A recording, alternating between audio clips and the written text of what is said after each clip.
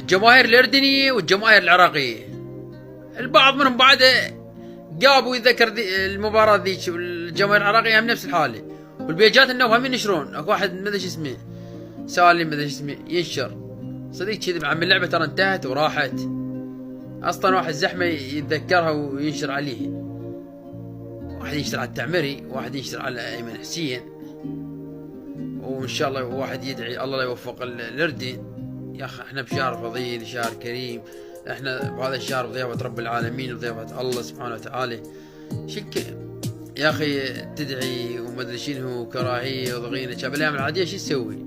هسه كله احنا احترقنا وضجنا، الله شاهد، وماكو واحد يتزود على وطنيتنا بالحد الان. بس يا اخي الشغله انتهت.